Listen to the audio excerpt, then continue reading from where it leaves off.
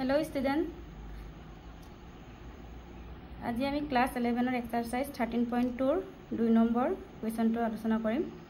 2 number কোৱেশ্চনটোত কি দিয়া আছে 99 ৰ x = 100 ত অবকলজ উলিয়া। আগৰ 1 নম্বৰ কোৱেশ্চনটো মই কৰিছিলো দুটা পদ্ধতিত, এটুকু মই দুটা পদ্ধতিতে কৰি দেখুৱাম। চলো প্ৰথম মই ডাইৰেক্ট মেথডত কৰিম। ফলনটো কি দিয়া আছে আমাৰ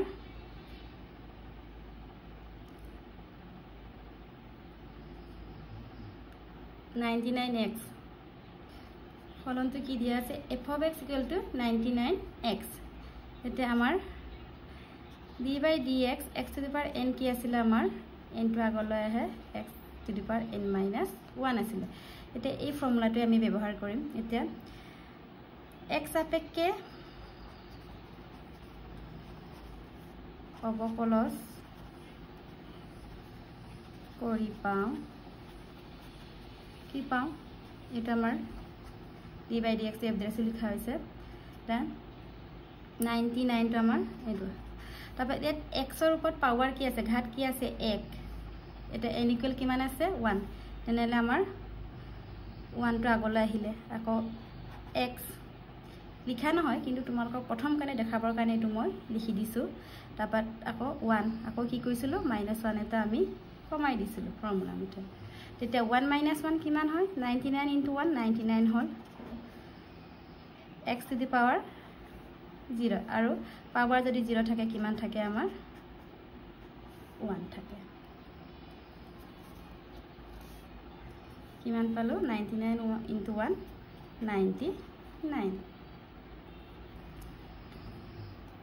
আমি এড্ৰেছ x কিমান পালো 99।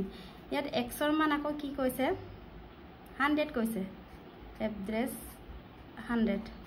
তেতিয়াতে আমাৰ x ভ্যালু নাই x নাই এখানে আমাৰ x ৰ মান বহাৰ প্ৰয়োজন নাই। তেতিয়া ৰিজাল্টটো আমাৰ কিমান হ'ব 99। এইটো হৈছে আমাৰ এনসাৰটো ডাইৰেক্ট মেথডত। এতিয়া মই ফাৰ্স্ট প্ৰিন্সিপালত কৰিম, প্ৰথম অবকলজ নিয়মত কৰিম।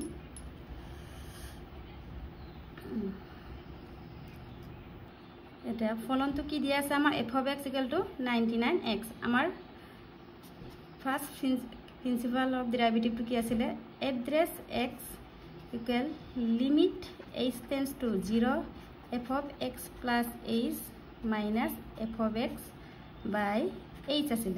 এতিয়া আমাৰ f of x কিমান দিয়া আছে 99x।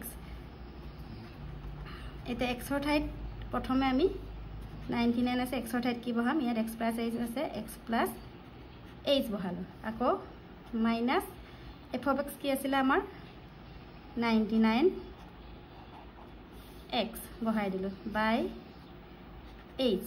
এটা কিমান হ'ব লিমিট h টেন্ডস টু 0 এটো ইনটু কৰি দিয়া 99x plus 99h minus 99x by h। ইয়াত 99x minus 99x cancel আকৌ h by h cancel। তেনেহলে আমি কি পালো লিমিট h টেন্ডস টু 0 99। ইয়াত h টেন্ডস টু 0 h ৰ মান 0 বহোৱাৰ প্ৰয়োজন নাই আৰু কাৰণ ইয়াত h নাই এখানে ৰিজাল্ট কিমান পালো আমি 99। তেনেহলে এড্ৰেছ x = কিমান 99। আকৌ কি দি আছিল আমাৰ এট কিমান আছিল আমাৰ x = 100 আছিল। তেনেহলে কি হ'ব x ৰ ঠাইত 100 বহাই দিম ইয়াত বহালো ইকুৱেল টু 99 x নাই এখানে আমি নবহাও কিমান পালো আমি এড্ৰেছ 100 = 99। আমি ডাইৰেক্ট মেথড কৰোতে আমি 99 পাইছিলো আৰু ফাৰ্স্ট প্ৰিন্সিপালটো এপ্লাই কৰোতে আমি কিমান পালো 99। এইটো এনসাৰ দুটা মেথড কৰি দিছো। এতিয়া ভালকে চাই লও আগে।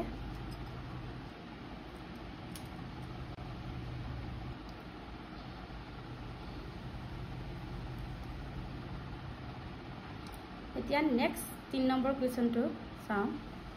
এতিয়া 3 নম্বৰ কোৱেশ্চনটো হৈছে x ৰ x = 1 ত অবকলজ উলিয়া। Find the derivative of x at s = 1। এটা ফাংশনটো কি দিয়া আছে ফলনটো f of x equal to x দিয়া আছে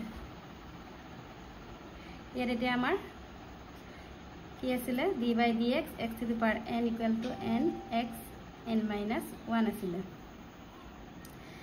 এতিয়া আমি x সাপেক্ষে differential with respect to x কিমান হ'ব f ড্ৰেছ x এটা পাৱাৰ কিমান আছে আমাৰ x ৰ 1 আছে তেন্তে 1 টো আগলৈ আহিলে আকৌ x 1 minus 1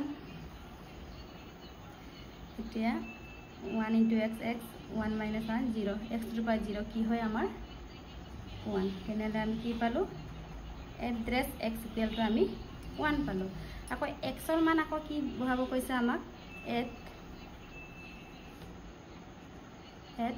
x equal to 1 তেতিয়া কিমান হ'ব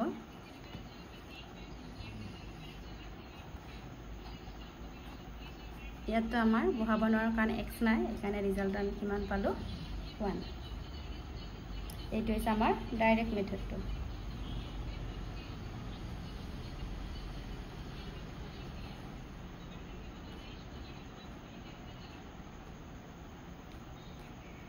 এতিয়া মই ফাৰ্স্ট প্ৰিন্সিপালটো কৰি দেখাম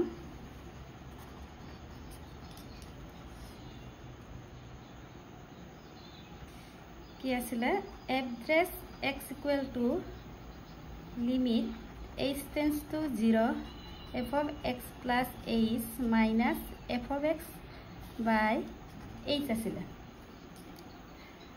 আমাৰ ডেৰিভেটিভটো ফাৰ্স্ট প্ৰিন্সিপালটো তাৰপিছত আকৌ f of x আমাক কি দিয়া আছে x এটা লিমিট h tends to 0 এতিয়া f of x plus h x ৰ ঠাইত কি বহাম আমি এতিয়া x plus h বহালো আকৌ minus f of x কি আছিল আমাৰ x by h আছে এতিয়া x এক কেনসেল কি থাকিলে limit h tends to 0 h by h এটো আমাৰ কেনসেল কি হলো কি পালো আমি লিমিট